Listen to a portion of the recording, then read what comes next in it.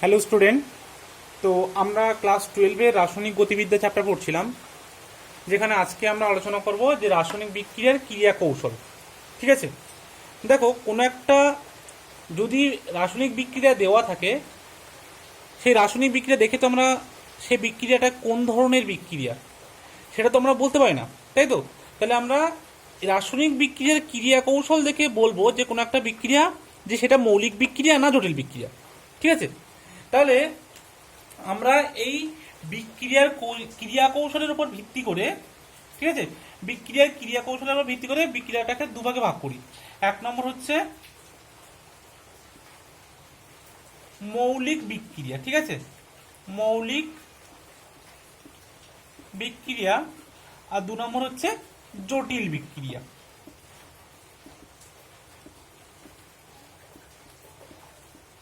ঠিক আছে, মানে রাসায়নিক বিক্রিয়ার ক্রিয়া কৌশলের উপর ভিত্তি করে কিন্তু আমরা যে কোনো একটা বিক্রিয়াকে দুটো ভাগে ভাগ করতে পারি। একটা হচ্ছে মৌলিক বিক্রিয়া, একটা হচ্ছে জটিল বিক্রিয়া। এবার দেখো, যেটা মৌলিক বিক্রিয়া তার সম্বন্ধে কিছু আমরা জানি, ঠিক আছে। তো জটিল বিক্রিয়াটা আমি মুছে দিচ্ছি। দেখো মৌলিক বিক্রিয়াটা কি।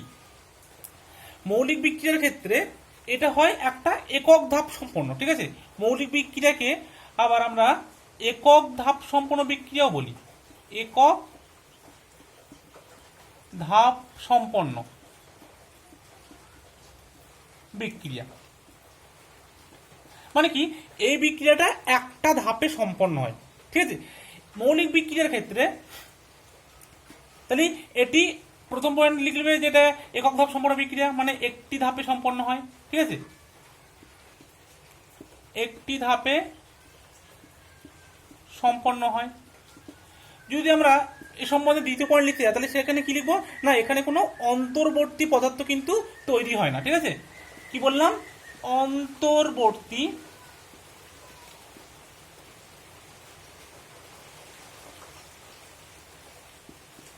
পদার্থ তৈরি হয় না, ঠিক আছে। এটা একটা ট্রানজিশন স্টেটের মাধ্যমে যায়। তোমরা নিশ্চয়ই সবাই জানো ট্রানজিশন স্টেটটা কি, ঠিক আছে। মানে যখন ধরো কোন একটা বিক্রিয়ক আছে, ঠিক আছে, বিক্রিয়ক, সেখান থেকে ধরো বিক্রিয়াজাত পদার্থ তৈরি করবে, সেটা শুধুমাত্র একটা ট্রানজিশন স্টেটের মাধ্যমে যাবে, যেখানে কি হবে, কোনো একটা বন্ধনের ভাঙন হবে, অপর বন্ধনের গঠন হবে, ঠিক আছে। বন্ধন ভাঙন আর বন্ধন গঠন ট্রানজিশন স্টেটে, ঠিক আছে। ট্রানজিশন স্টেটে এটা ঘটবে এবং সেখান থেকে ডাইরেক্ট বিক্রিয়াজাত পদার্থ উৎপন্ন করবে, ঠিক আছে। এবার এটা যদি আমরা দেখি একটা গ্রাফ আকারে, তা দেখো আমরা কিভাবে লিখতে পারি। দেখো গ্রাফ আকারে যদি আমরা মৌলিক বিক্রিয়াটাকে লিখি, তাহলে এগুলো একটু মুছে দিচ্ছি। দেখো ধরো এখানে শক্তি আর এখানে ধরো বিক্রিয়ার অগ্রগতি।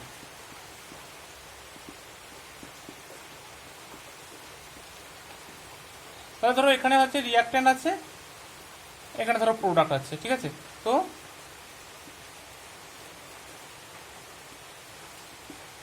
এই যে স্টেটটা, এটাকে আমরা বলি ট্রানজিশন স্টেট, ঠিক আছে। এটাকে আমরা ট্রানজিশন স্টেট বলি। এটা হচ্ছে তোমার অ্যাক্টিভেশন এনার্জি। তাহলে দেখা যাচ্ছে একটা বিক্রিয়ক থেকে বিক্রিয়াজাত পদার্থ প্রোডাক্টে রূপান্তরিত হলে মৌলিক বিক্রিয়ার ক্ষেত্রে শুধুমাত্র ট্রানজিশন স্টেট থেকেই প্রোডাক্ট উৎপন্ন হয়, ঠিক আছে, এবং এটা একটা ধাপে সম্পন্ন হয়। এবার দেখো একটা জিনিস আমি তোমাদেরকে বলি, এই যে ট্রানজিশন স্টেট, এই ট্রানজিশন স্টেটের কিন্তু কোনো বাস্তব অস্তিত্ব নেই, ঠিক আছে। এটা শুধুমাত্র থিওরিটিক্যালি পসিবল, ঠিক আছে, প্র্যাকটিক্যালি নট পসিবল। এটাকে মানে বিক্রিয়া মিডিয়াম থেকে কখনো কিন্তু আইসোলেট করা যায় না, ঠিক আছে। এবার দেখো বিক্রিয়া, এই যে মৌলিক বিক্রিয়ার ক্ষেত্রে তোমাদেরকে কিন্তু আমি আগে বলেছিলাম, যদি তোমাদের মনে থাকে দেখো ভালো করে, যে এদের ক্ষেত্রে যে আণবিকতাটা ক্রমের সাথে সমান হয়, তাই তো। সেটা একমাত্র মৌলিক বিক্রিয়ার ক্ষেত্রে পসিবল। এটা আমরা কি থেকে দেখেছিলাম, এটা সে আমরা ভেগ আর গুলবার্গ যে রুল আছে, গুলবার্গের সেই রুল থেকে জানি যে এর যে আণবিকতা থাকে সেটা হচ্ছে ওর ক্রম হয়, ঠিক আছে, যেটা স্টয়কিওমেট্রিক কোএফিসিয়েন্ট থাকে সেটাই ওই রিঅ্যাকট্যান্টের ঘাতে চলে যায়। এটা কি থেকে না ভেগ এন্ড গুলবার্গের নিয়ম অনুযায়ী, যে মাস অফ ল অ্যাকশন যেটা আছে সেখান থেকে। তাহলে এইগুলো হচ্ছে আমরা মৌলিক বিক্রিয়ার ক্ষেত্রে বলতে পারি। ঠিক আছে, দেখো এখান থেকে আমরা আরো কি জেনেছিলাম, যে কোনো একটা মৌলের আণবিকতা মানে কোনো একটা বিক্রিয়ার আণবিকতা 3-এর বেশি হতে পারে না। ঠিক আছে, কারণ কি আমি বলেছিলাম, সেই দেখো যদি মনে থাকে এর আগের আগের ভিডিওতে আমি জানিয়েছিলাম যে বিন্যাসগত বাধা, শক্তিজনিত বাধা। ঠিক আছে, মানে 3টের বেশি মলিকিউলকে একই সাথে কলিশন করা, ঠিক আছে, তার প্রবিলিটি বা সম্ভাবনা কিন্তু অনেকটাই কম। মানে একটা নির্দিষ্ট মানে প্রপার অ্যাঙ্গেল থাকবে, প্রপার ওরিয়েন্টেশন, ঠিক আছে, একটা নির্দিষ্ট এনার্জি লাগবে, এবং তাদেরকে 3জনকে একসাথে কোনো একটা নির্দিষ্ট অ্যাঙ্গেলে, ঠিক আছে, পরস্পরকে হেড অন কলিশন করতে হবে। এইগুলো যদি পসিবল হয় তাহলে কিন্তু সেখান থেকে প্রোডাক্টটা তৈরি হয়, নাহলে কিন্তু হয় না। এগুলো তো আমি আগের ভিডিওতে বলেছিলাম। তো 3টে মলিকিউলের বেশি মলিকিউলকে একসাথে সেটা করা কিন্তু অনেকটাই অসম্ভব, ঠিক আছে, বা সম্ভাবনা অনেক কম। যার ফলে কি হয়, কোনো একটা রাসায়নিক বিক্রিয়ার আণবিকতা কিন্তু 3-এর বেশি হয় না। এটা আমরা জেনেছিলাম। ঠিক আছে, এবার আমরা কিছু জিনিস জানবো, সেটা হচ্ছে জটিল বিক্রিয়া সম্পর্কে জানবো। ঠিক আছে, তোমাদেরকে একটা কথা বলি, যে যদি দেখো কোথাও এই যে আণবিকতা 3-এর বেশি হচ্ছে, ঠিক আছে, যদি আণবিকতা 3-এর বেশি হয়ে যায়, গ্রেটার দেন 3 হয়, তাহলে কি হবে, তাহলে জেনারেলি মনে রাখবে যে সে বিক্রিয়াটা অবশ্যই কিন্তু জটিল বিক্রিয়া। ঠিক আছে, 3-এর বেশি যদি হয় কোনো বিক্রিয়ার আণবিকতা, সেটা কিন্তু অবশ্যই জটিল বিক্রিয়া হবে। কিন্তু এমন নয় যে 3-এর কম হলেই তার মানে সেটা মৌলিক বিক্রিয়া। কিন্তু এটা ঠিক যে 3-এর বেশি যদি হয়, গ্রেটার দেন 3 হলে সেটা অবশ্যই জটিল বিক্রিয়া। ঠিক আছে, কিন্তু এটা নয় যে লেস দেন 3 মানে 3 বা 3-এর কম যদি হয় সেটা যে মৌলিক বিক্রিয়া, সেটা কিন্তু নয়। মৌলিক বিক্রিয়া সেটা কিন্তু নয়।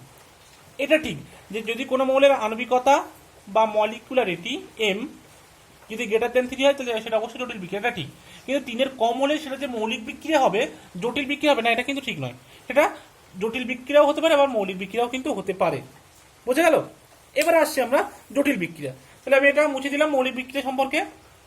আর দেখো একটা কথা বলি, যে মৌলিক বিক্রিয়ার যে ক্রিয়া কৌশল, এখানে কি ক্রিয়া কৌশল পড়বো বলো? কারণ দেখো মৌলিক বিক্রিয়া তো একটাই ধাপে সম্পন্ন হয়, রিঅ্যাকট্যান্ট থেকে প্রোডাক্ট, জাস্ট একটা ট্রানজিশন স্টেটের মাধ্যমে একটা নির্দিষ্ট এনার্জি বাজার ক্রস করলেই। যেহেতু এটা একক ধাপে সম্পন্ন হয়, তাহলে এখানে কোনো ক্রিয়া কৌশলের দরকার নেই। ঠিক আছে, ক্রিয়া কৌশল কখন দরকার? যখন দেখা যায় কোনো একটা রাসায়নিক বিক্রিয়া একাধিক ধাপে সম্পন্ন হয়। ঠিক আছে, সেই সমস্ত ক্ষেত্রে আমাদেরকে বিক্রিয়া ক্রিয়া কৌশল দরকার হয়। যেমন তোমরা বিভিন্ন অর্গানিক রিয়াকশনে পড়েছো, দেখো তোমার যদি মনে থাকে যে অর্গানিক রিয়াকশনের ক্ষেত্রে কোনো একটা রিয়াকট্যান্ট তোমাদেরকে দিয়েছে, দুটো রিয়াকট্যান্ট, সেখান থেকে তোমরা ভাবছো যে প্রোডাক্টটা এটা হওয়ার কথা, কিন্তু দেখছো যে প্রোডাক্টটা আলাদা হচ্ছে। তার মানে কি? তার মানে সেখানে এমন কিছু অন্তর্বর্তী যৌগ বা ইন্টারমিডিয়েট তৈরি হয়েছে, যার ফলে যে প্রোডাক্টটা তোমরা আশা করছো কিন্তু তার থেকে ভিন্ন প্রোডাক্ট পাচ্ছ। তার কারণ কি? ওই ইন্টারমিডিয়েট বা অন্তর্বর্তী পদার্থ। ঠিক আছে, তো ওই জন্য সেই সমস্ত যে বিক্রিয়াগুলো সেগুলো কিন্তু সবই জটিল বিক্রিয়া। তো ঠিক আছে, আসো আমরা দেখি জটিল বিক্রিয়ার ক্ষেত্রে কি কি আমরা জানতে পারবো। তো সবাই হেডিং দাও জটিল বিক্রিয়া। ঠিক আছে, তাহলে দেখো সবাই লিখেছে জটিল বিক্রিয়া। জটিল বিক্রিয়া সম্পর্কে কিছু পয়েন্ট আমরা জেনে নিই। দেখো প্রথম হচ্ছে জটিল বিক্রিয়া হচ্ছে একটা একাধিক ধাপ সম্পন্ন বিক্রিয়া। ঠিক আছে, একাধিক ধাপ সম্পন্ন বিক্রিয়া, মানে এটা কিন্তু একটি ধাপে সম্পন্ন হয় না, যেন সেই জন্য এটাকে আবার মাল্টি স্টেপ রিয়াকশন কিন্তু বলা হয়, মাল্টি স্টেপ রিয়াকশন। ঠিক আছে, মানে একের অধিক ধাপে সম্পন্ন হয়। এবং একটা মনে রাখবে, যেহেতু এখানে একের অধিক ধাপে সম্পন্ন হয় এবং প্রত্যেকটা ধাপে কিন্তু এদের, আচ্ছা পরে পরে লেখো, প্রতিটি ধাপ এক একটি মৌলিক বিক্রিয়া দ্বারা সংঘটিত হয়। ঠিক আছে,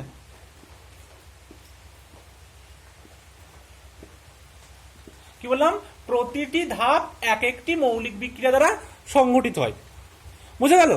মানে এখানে যে অনেকগুলো ধাপ আছে, সে ধরো আছে কোনো একটা রাসায়নিক বিক্রিয়া আছে, তার সেটা হচ্ছে দুটো ধাপে, তাহলে এই যে দুটো ধাপ আছে দুটোই কিন্তু একটা এলিমেন্টারি রিয়াকশন বা মৌলিক বিক্রিয়া। ঠিক আছে, আর একটা জিনিস দেখো, আমরা এই জটিল বিক্রিয়ার যে ওভারঅল মলিকুলারিটি, ঠিক আছে, মানে যে গড় আণবিকতা সেটা কিন্তু নির্ণয় করতে পারি না, কিন্তু আমরা কি হবে প্রতিটি ধাপের যে আণবিকতা সেটা কিন্তু নির্ণয় করতে পারি। ঠিক আছে, মানে আমরা এটা লিখতে পারি যে জটিল বিক্রিয়ার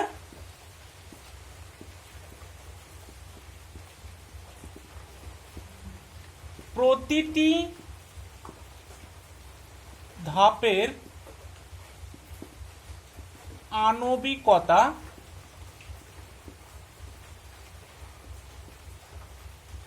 নির্ণয় করা যায়। তার কারণ কি? কারণ প্রতিটি ধাপ তো এক একটা মৌলিক বিক্রিয়া, তাই তো? আর মৌলিক বিক্রিয়ার ক্ষেত্রে আমরা আণবিকতা নির্ণয় করতে পারি, কিন্তু ওভারঅল বা গড়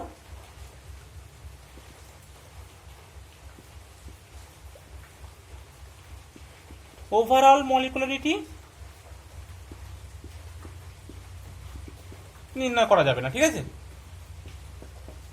ইজ নট ডিফাইন্ড। ঠিক আছে, লেখো ইজ নট ডিফাইন্ড। ওকে, মানে বলছে যে জটিল বিক্রিয়ার প্রতিটি ধাপের আণবিকতা নির্ণয় করা যাবে, কিন্তু ওভারঅল মলিকুলারিটি কিন্তু ডিফাইন করা যাবে না। ঠিক আছে, ইজ নট ডিফাইন্ড। তারপর দেখো, আচ্ছা এই তিনটে পয়েন্ট মুছে দিচ্ছি, আবার উপরে লিখছি আমি একটু। ঠিক আছে, তাহলে কি বললাম? প্রথম পয়েন্ট, একাধিক ধাপ সম্পন্ন বিক্রিয়া, এটা একটা জটিল বিক্রিয়াটা প্রতিটি ধাপ এক একটি মৌলিক বিক্রিয়া দ্বারা সংগঠিত হয়। জটিল বিক্রিয়ায় প্রতিটি ধাপের আণবিকতা নির্ণয় করা যায়, কিন্তু ওভারঅল মলিকুলারিটি ইজ নট ডিফাইন্ড, মানে গড় যে তোমার আণবিকতা সেটা কিন্তু নির্ণয় করা যায় না। ঠিক আছে, দেখো এবার 4 নম্বর পয়েন্ট দেখো,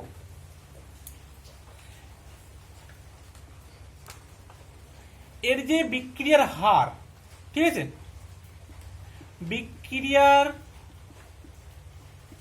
হার মন্থরতম যে ধাপ আছে, মন্থরতম ধাপ যেটাকে আমরা বলি স্লোয়েস্ট স্টেপ। ঠিক আছে, স্লোয়েস্ট স্টেপ, বিক্রিয়ার হার মন্থরতম ধাপ দ্বারা কিন্তু নির্ধারিত হয়। ঠিক আছে, নির্ধারিত হয়। ঠিক আছে, এবং এই যে ধাপ এটাকে কিন্তু বলা হয় হার, যাকে হার নির্ণায়ক ধাপ বলা হয়। ঠিক আছে, ইংলিশে যাকে বলা হয় আর ডি স্টেপ। এটা তোমরা কিন্তু ক্লাস 11-এ পড়েছো। ঠিক আছে, এটা সম্বন্ধে একটু আমি দেখো বলি, এই যে ইন্টারমিডিয়েট যেগুলো হয়, আচ্ছা আচ্ছা এটা বলে দিই একটু। দেখো যে আরডি স্টেপ যেটা হবে, কোন একটা রাসায়নিক বিক্রিয়া তার উপর কেন ডিপেন্ড করে? ঠিক আছে, কারণ যে ধাপটা সব থেকে বেশি এনার্জি ব্যারিয়ার ক্রস করতে হয় প্রোডাক্ট, রিয়াক্টর থেকে প্রোডাক্ট উৎপন্ন হতে গেলে, সেই ধাপটার উপরে কিন্তু ডিপেন্ড করে বেশি, কারণ সেখানে কিন্তু এনার্জি, যে অ্যাক্টিভ এনার্জি সেটা সেখানে সব থেকে বেশি। ঠিক আছে, সাপোজ ধরো তোমরা কোনো একটা ট্যুরে যাবে। ঠিক আছে, ট্যুরে যাওয়ার সময় ধরো 4 জন যাবে, 4 জন মিলে। তো কোনো একটা তোমাদের ফ্রেন্ড, সে ধরো লেট হচ্ছে, তো তোমরা কি তাকে থুয়ে ট্যুরটাকে যেতে পারবে? ট্যুরটা কি, ট্যুরটা তো তোমাদের সবাইকে নিয়ে।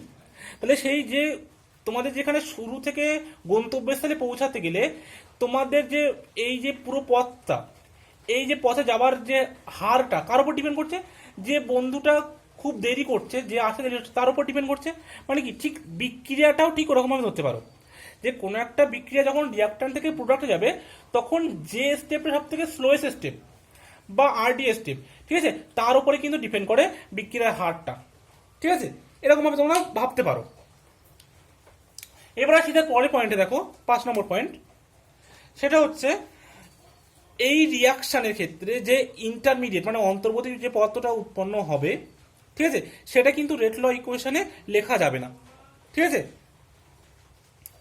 মানে জটিল বিক্রিয়ায়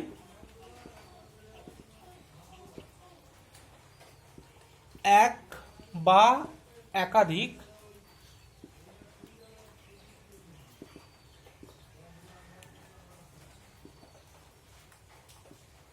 অন্তর্বর্তী পদার্থ উৎপন্ন হয়, ঠিক আছে। এক বা একাধিক অন্তর্বর্তী পদার্থ উৎপন্ন হয়, যেটাকে আমরা বলছিলাম কি ইন্টারমিডিয়েট। কিন্তু আমরা কিন্তু রেট ল যে ইকুয়েশন লিখবো সেখানে কিন্তু ইন্টারমিডিয়েট টার্ম লিখবো না, ঠিক আছে। কিন্তু বিক্রিয়া হারে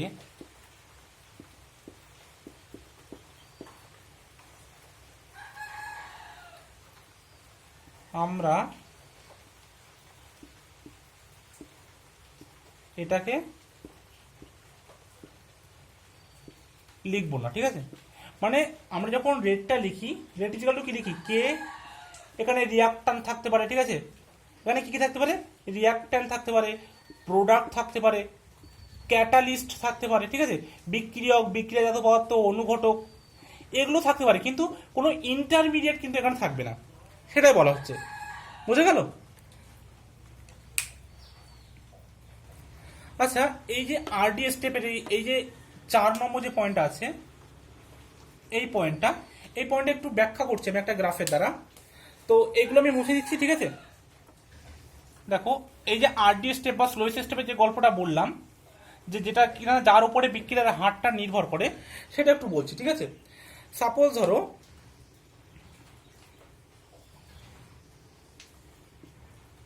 এখানে শক্তি আর এখানে হচ্ছে বিক্রিয়ার অগ্রগতি।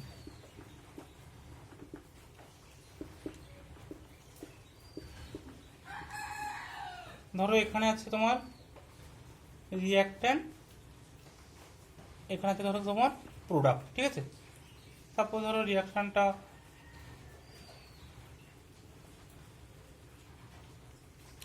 ধরো এরকম একটা ভাবে গেল, ঠিক আছে। তারপরে দেখাচ্ছে এটা যেটা আছে, এটা একটা হচ্ছে, এটা কি, এটা হচ্ছে ট্রানজিশন স্টেট, এটাও একটা ট্রানজিশন স্টেট, এটাও একটা ট্রানজিশন স্টেট, তাই তো।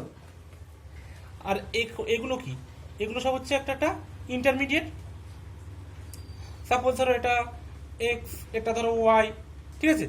এক্স ওয়াইটা কি, এক্স ওয়াইটা হচ্ছে অন্তর্বর্তী পদার্থ, ঠিক আছে।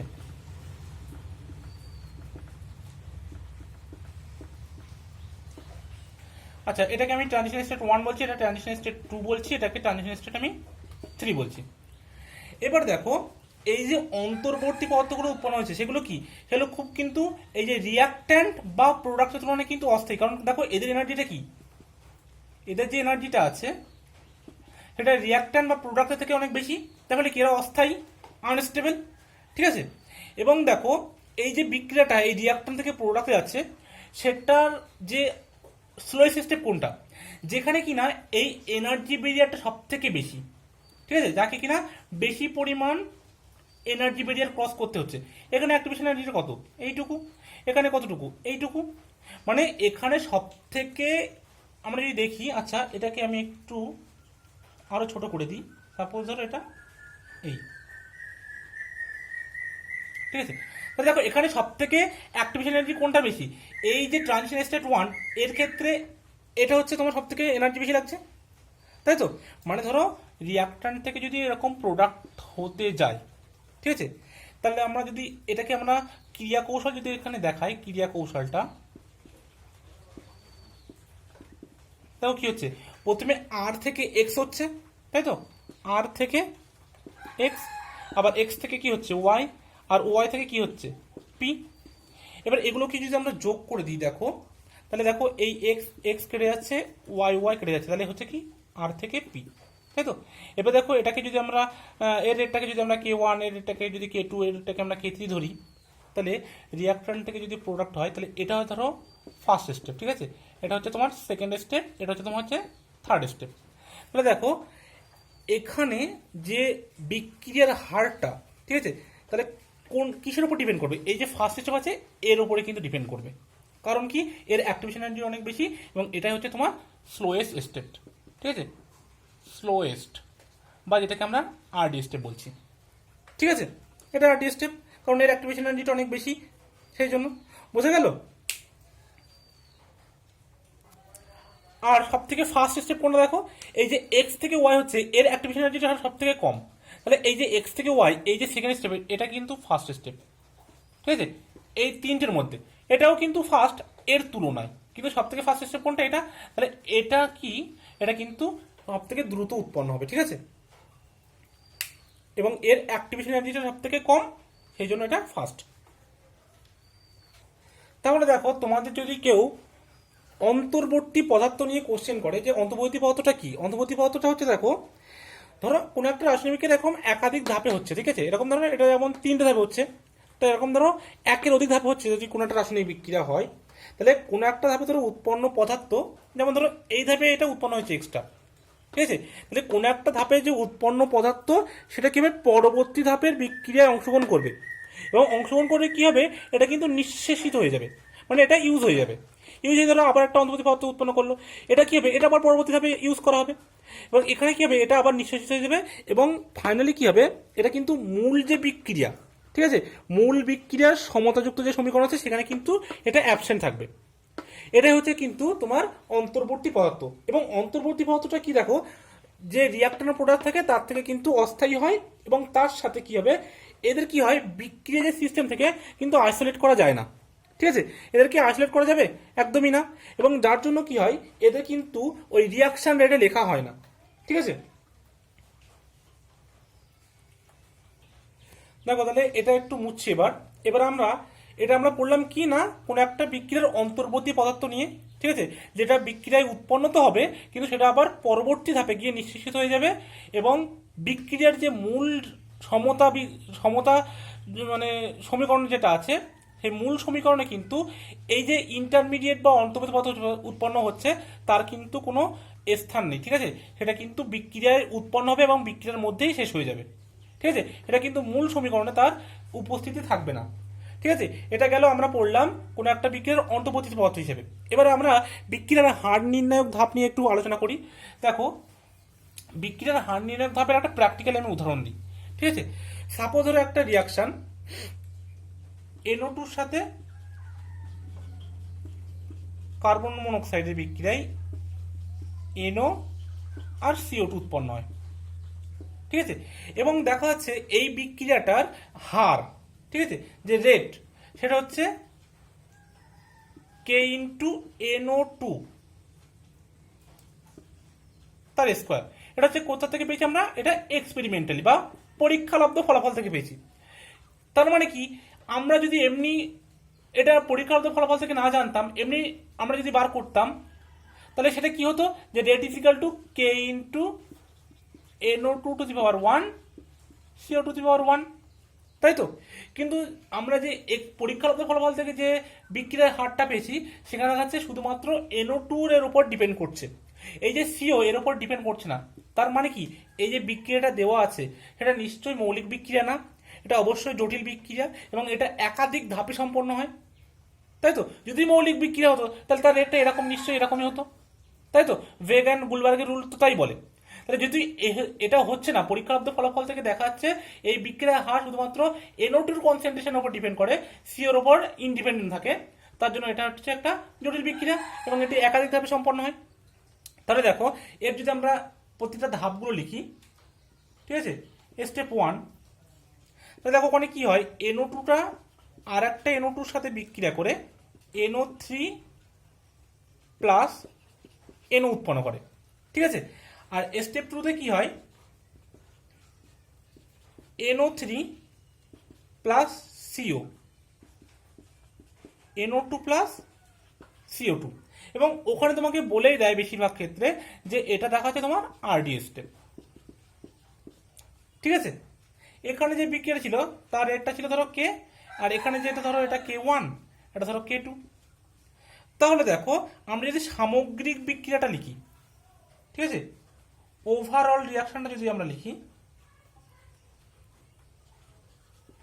তাহলে কি হবে দেখো, যদি আমরা যোগ করে দিই তাহলে এই NO3 এই NO3 এটা কি অ্যাকচুয়ালি, এই NO3টা তো তোমার অ্যাকচুয়ালি অন্তর্বর্তী পদার্থ, তাই তো? এই NO3টা কিন্তু উৎপন্ন হয়েছে অন্তর্বর্তী পদার্থ হিসেবে, এবং দেখো সেটা পরবর্তী ধাপে ইউজ করা হয়ে গেছে, এবং মূল যে বিক্রিয়াটা লিখবো সেখানে দেখবে এই অন্তর্বর্তী পদার্থটা আর নেই।